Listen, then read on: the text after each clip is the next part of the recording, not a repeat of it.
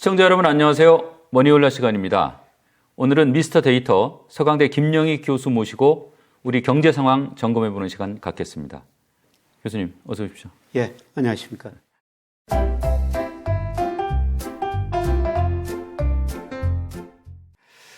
이 주가 판단할 때 중요하게 보시는 몇 가지 경제지표 상황부터 좀 알아보고 싶은데요. 요즘 아마 좋지는 않을 걸로 보이는데 우리나라 일평균 수출액 어떻게 나오고 있습니까? 예, 일평균 수출 금액이 우리 코스피하고 상관계수가 0.86으로 가장 높습니다. 예. 근데 많이 안 좋죠. 3월에 그 일평균 수출 금액이 23억 달러였어요. 예. 예, 작년 3월에 비해서 무려 그 17%나 감소했습니다. 예, 그리고 방금 전에 그 관세청에서 또 10일 단위로 발표했는데요. 1일에서 10일까지 보니까 20억 달러로. 줄었네요. 예, 작년보다 더 줄어들고 있습니다. 예, 그럼에도 불구하고 주가가 오르는 거는요. 뭐 수출이 줄어들지만은 주가가 많이 떨어져가지고 주가가 일평균 수출 금액에서 거의 고평가 영역은 아닙니다. 약간 저 고평가됐는데요. 근데 제가 2021년 뭐 6월 무렵에는 코스피가 일평균 수출 금액에서 한 36% 정도 가대평가됐습니다. 네. 네, 그래서 주가가 뭐 하락할 가능성이 높다 이런 말씀을 드렸는데 지금 수출은 굉장히 안 좋은데도요. 네, 주가가 그때보다 훨씬 낮은 수준이기 때문에 뭐 크게 주가가 고평가 영역에 있는 건 아닌 것 같습니다. 예. 예. 지금 OECD 경기 선행 지수도 좀 중요하게 보시잖아요. 예, 이건 그렇습니다. 어떻게 나오고 있습니까? 그래서 OECD에서 OECD 전체뿐만 아니라 우리나라 선행지수도 발표하는데요. 예. 이게 그 사실 주식시장에서 뭐 이거 하나만 봐도 괜찮을 정도다. 예, 그만큼 우리 주가하고 같은 방향으로 움직이거든요. 예, 예. 근데 OECD 선행지수가 2021년 5월에 정점을 쳤어요. 예, 그때 그 지수로는 102.8이었는데요. 네. 올 3월까지 발표가 됐는데 최근에 발표됐는데 98.1로 2022년 5월부터 올 3월까지 계속 떨어지고 있습니다. 그래서 우리 주가도 거의 같은 방향으로 움직였고요. 근데 이게 언제 저점을 칠 것인가 이게 이제 남은 문제거든요. 조금 지나봐야 아는 거죠. 그건? 예, 지나봐야 아는데요. 예, 제가 가지고 있는 여러 가지 모델로 뭐 전망해 보니까 우리나라가 통계청에서 발표하는 선행지수 순환 변동치나 OECD 선행지수의 저점이 뭐 3, 4월경에 나타날 가능성이 상당히 저는 높다고 보고 있습니다. 그래서 이거는 뭐 5월 말 6월 가야지 알 수가 있는데요. 일단 저점에 근접하고 있다 이렇게 보고 있습니다. 교수님, 예. 또 금융시장 판단하실 때 일평균 수출액하고 OECD 선행지수 말고 또 중요하게 뭐 보시는 지표 없으십니까?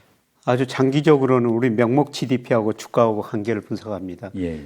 그래서 장기적으로는 우리 코스피가 명목 GDP보다 약간 더 성장하거든요. 예. 예, 그런데 작년 경우로 보니까 명목 GDP에 비해서 코스피가 많이 떨어져가지고 한 24% 저평가됐고요.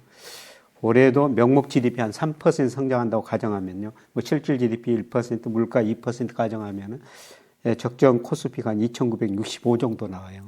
예. 그러니까 아직도 코스피가 명목 GDP에 비해서는 저평가됐다 이렇게 볼 수가 있고요.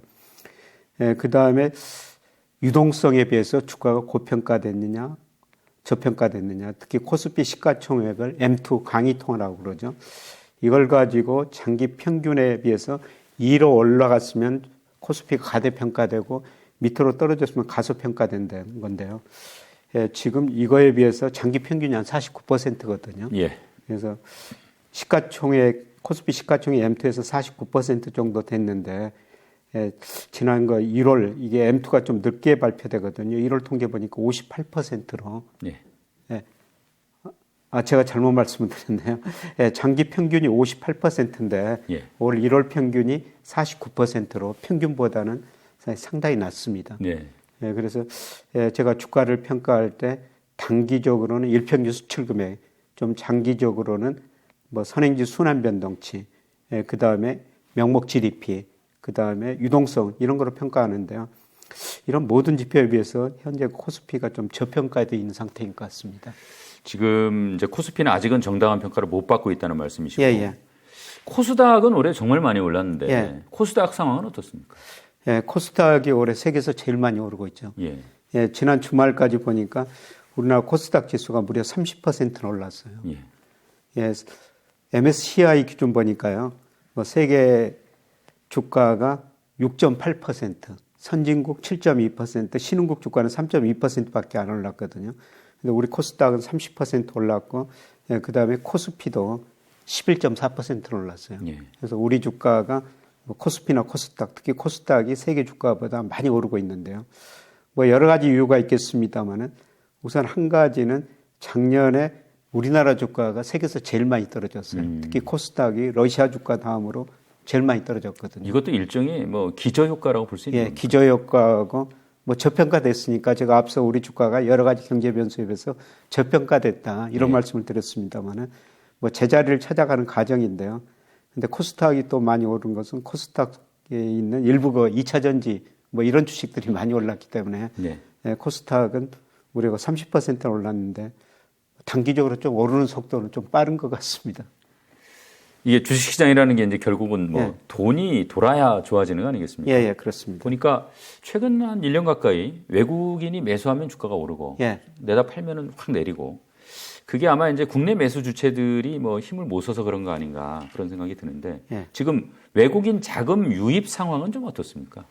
외국인들은 올해 들어서 우리 주식을 뭐 계속 사고 있습니다. 그래서 3월까지 약 7조 원 샀고요. 예. 예, 그런데 1월에 많이 샀어요. 1월에 한 6조 4천억 사버렸습니다. 예, 그리고 2, 3월에는 거의 조금 사다가 지금 4월 들어서도 한 5천억 정도 지금 사고 있거든요. 아. 외국인 자금은 우리 시장으로 계속 들어오고 있다는 겁니다. 예, 그러면 외국인 자금들이 왜 우리 시장으로 들어오고 있느냐? 예. 뭐 여러 가지 이유가 있겠습니다만 앞서 말씀드렸으면 한국 주가가 저평가됐다. 예, 그리고 환율이 외국인이 적정 환율을 얼마나 평가한지는 모르겠습니다. 예.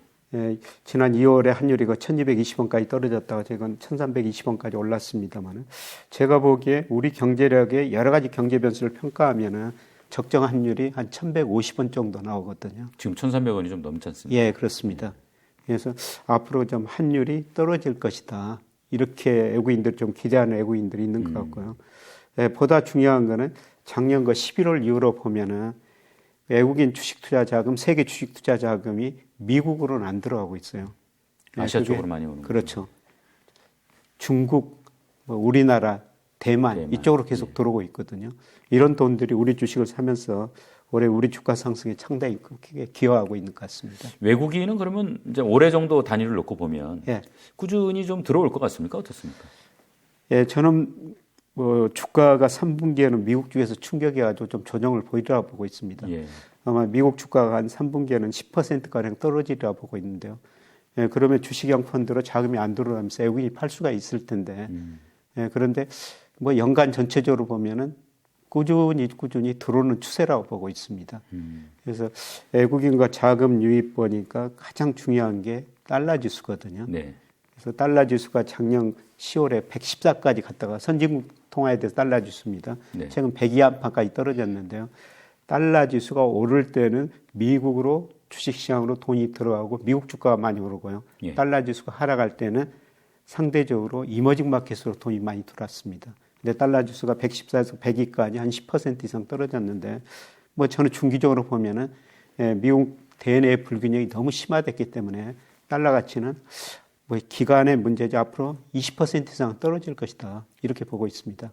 이런 의미에서 달러 지수가 하락하고 이머징 마켓으로 돈이 들어오고 그 돈의 일부가 우리 주식시장으로도 뭐 올해 내년 꾸준히 들어오리라고 보고 있습니다. 예. 자, 미국 경제 여건 좀 살펴보겠습니다. 지금 실리콘밸리 은행 파산 이후에 이제 미국 은행권 사정 좀 궁금합니다. 별로 이렇게 좋지는 않다고 들었는데요. 예, 뭐 중소형 은행에서는 계속 돈이 빠져나가는데요. 대형 은행에서는 돈이 계속 들어오고 있습니다. 아, 그래요? 그래서 차별화가 좀 심화되고 있는데요.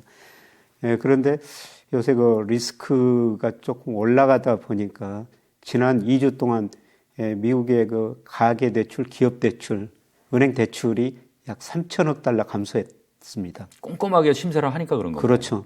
이제 기업들도 불안하고 가계도 불안하니까 은행들이 꼼꼼하게 심사를 하죠. 예. 예, 그리고 기업들도 미래가 불확실하니까 아마 투자를 좀 중단할 거예요.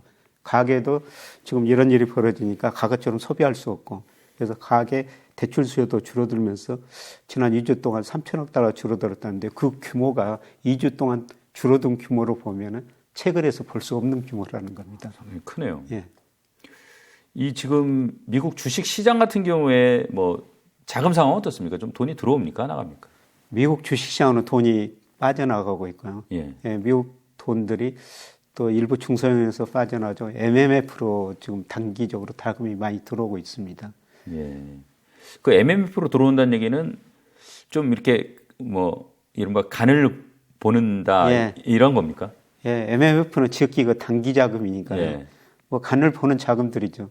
이 자금이 예를 들어서 주식시장이 좋다면 주식시장으로 갈 수가 있고, 부동산 시장이 좋다면 부동산 시장으로 갈 수가 있는데요.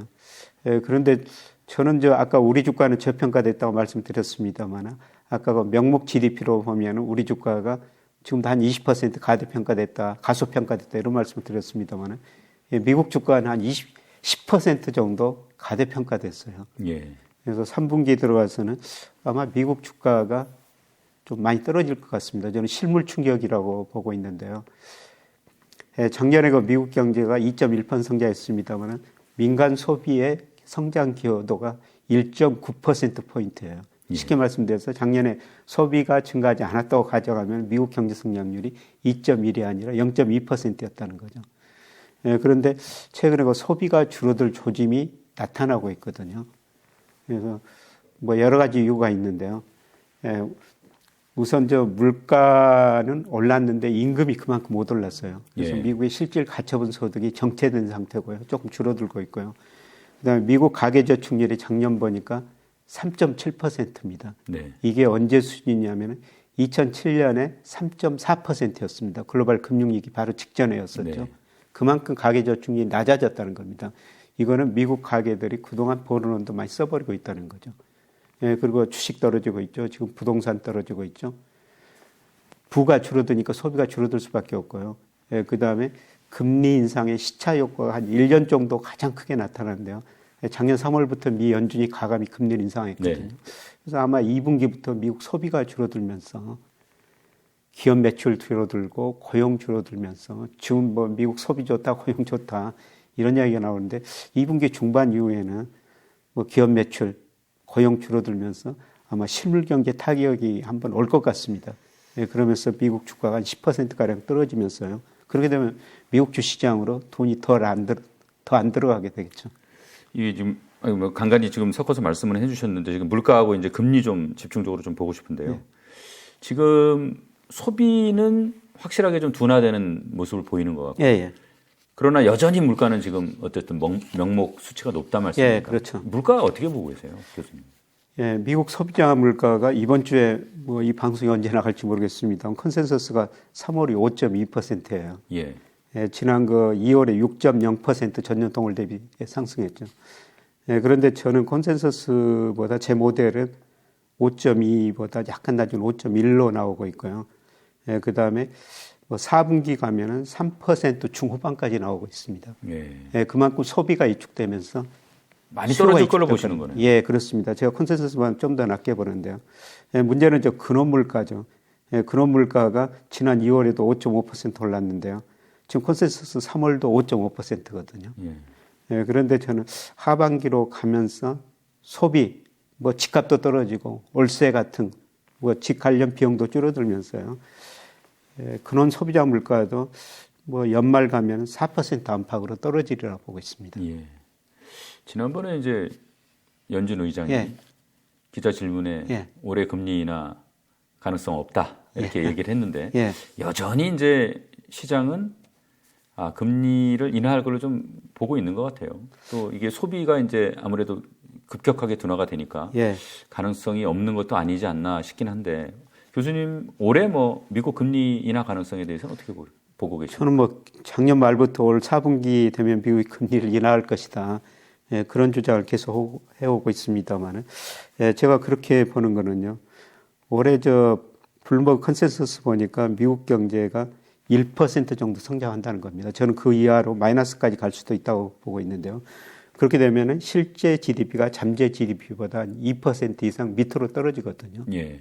디플레 압력이 존재한다는 거죠. 그럼 물가 상승은 낮아질 수밖에 없고 이런 식으로 제가 뭐 잠재 GDP하고 실제 GDP 차이, 그 다음에 목표 물가하고 실제 물가 상승 차이 이런 걸 고려해 가지고 뭐 테일러 준칙이라고 있거든요. 적정금리를 계산하는 하나 방식인데 이거로 계산하면 미국의 적정금리가 4분기 가면 3% 중반이 나와요. 그래서 저는 4분기 가면은 금리를 낮출 수가 있다. 이렇게 지금 보고 있습니다. 그럼 4분기에 만약에 금리를 낮추면요. 예. 주식 시장은 어떻게 그럴 것입니까? 주가를 결정하는 게 이제 금리하고 기업 이익 증가율이거든요. 예. 금리가 떨어지면 주가가 올라가죠. 예, 그런데 금리가 떨어지는 것보다 기업 이익 증가율이 더 떨어져 버리면요. 네. 주가는 오히려 떨어질 수가 있습니다. 예. 이게 아마 3분기에 나타날 현상일 것 같습니다. 그렇게 보시는군요. 이 만약에 이제 미국이 금리를 인하하는 게 이제 좀 확실한 그런 단계가 되면 예.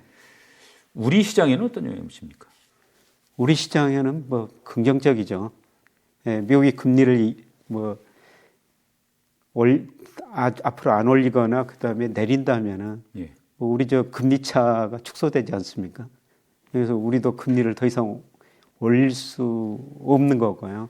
예, 그다음에 뭐 미국이 금리를 올리면은 단기적으로는 경제가 나빠서 금리를 내리겠습니다만은 시차를 두고 결국은 또 내년 어느 시점에서 소비 투자 증가하거든요. 예. 우리 수출 증가하고 그다음에 금리를 내리면은 미국 주가가 단기적으로 떨어지겠지만은 뭐 내년에는 좀 괜찮아지리라 보고 있습니다. 그러면 미국 주가가 괜찮아지면은 주식형 펀드로 자금이 들어오고 일부 외국인들 우리 주식을 다시 살 수가 있는 거죠. 지금 이제 금리차 말씀하셨는데 지금 한미 금리가 역전된 상황이 이제 계속 이어지고 있지 않습니까? 예. 여기서 이제 차이가 더 벌어지거나 만약에 역전 상황이 좀 장기화된다. 그러면 이게 우리 경제에 미칠 영향은 어떤 겁니까? 채권 시장에서 이미 그런 걸 기대하고 좀 자금이 많이 빠져나갔어요. 네. 그래서 1월에 주식 시장으로 외국인 자금이 6조 원 이상 들어왔는데 채권 시장에서는 6조 원 이상 빠져나가 버렸거든요. 2, 3월에도 좀 계속 규모는 줄어들어 빠져나가고 있어요. 예. 그런데 이미 저는 우리나라 미국 금리 차에 따른 그 채권 시장 자금은 거의 다 빠져나갔다. 예. 그리고 우리나라 그 주식은 외국인들이 한 27% 가지고 있고요. 채권은 한 9% 가지고 있어요. 근데 주식은 외국인 보유 비중 중에서 미국계 자금이 40%가 넘는데요. 근데 채권 시장은 전혀 다릅니다. 우리나라 채권 중 아시아계 자금이 46%예요. 주로 중국계 자금일 겁니다. 그러니까 미국 자금이 우리 채권을 거의 사지 않는군요. 유럽계 자금이 36%고 둘이 합치면 76%거든요. 아마 미국계 자금은 그렇게 많지는 않을 겁니다. 그래서 미국 금리가 우리 금리보다 더 높더라도 뭐 자금은 앞으로 많이 유출될 가능성은 거의 제가 보기에는 없는 것 같습니다. 예, 제가 올 한 해 그 주식 전망을 하면서 뭐 4, 5월까지는 오른다 괜찮다. 예, 그리고 6월에서 한 8월, 뭐 9월 이 정도까지는 좀 조정 국면이다. 예. 그런데 저는 뭐 6월에서 8월 주가가 조정을 보이더라도 뭐 지난 저점 뭐 2180, 올 1월 초에 거기까지 떨어졌죠. 지금 예. 거기까지는 안 오리라고 보고 있어요. 예, 지금 고점 저점이 조금씩 높아지는 국면이다. 예. 예, 그런데 3분기에